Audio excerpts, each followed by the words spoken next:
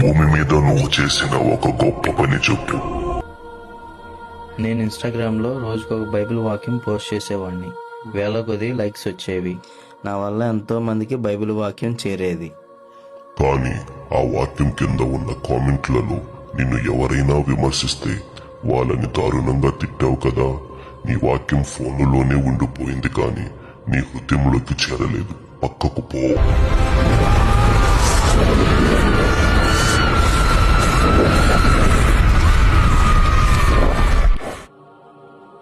నువ్వేం చేసావో చెప్పు.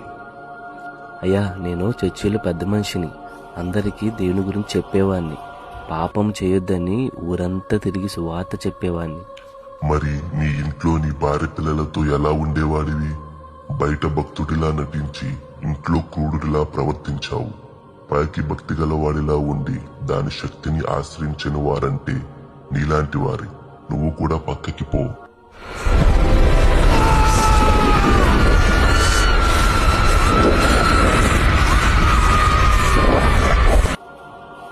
నువ్వేం చేసావో చెప్పు. అయ్యా, నేను పెద్దగా ప్రసంగాలు చెప్పలేదు, ఫోటోలు పెట్టలేదు. నా పొరుగువారు ఆకలితో ఉంటే అన్నం పెట్టాను. నన్ను తిట్టిన వారిని క్షమించి నా దేవుని ప్రేమను నా ప్రవర్తనలో చూపించాలనుకున్నాను. సరిగ్గా చెప్పావు. దేవుని వాక్యాన్ని పాటించడం అంటే ఇదే.